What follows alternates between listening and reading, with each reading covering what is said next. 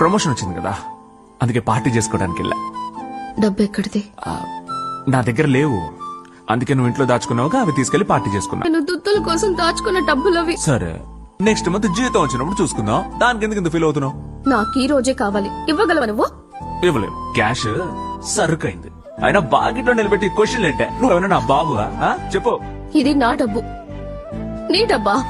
ఇతరుల డబ్బు తీసేటప్పుడు అడగాలని తెలీదు?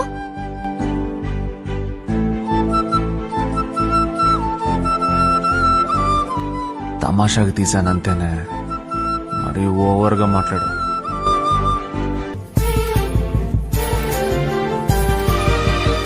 ఇదిగో, నేనే నీకోసం కొన్నాను.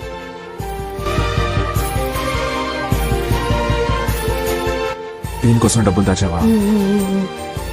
అందుకే అంత అప్సెట్ అయ్యావా?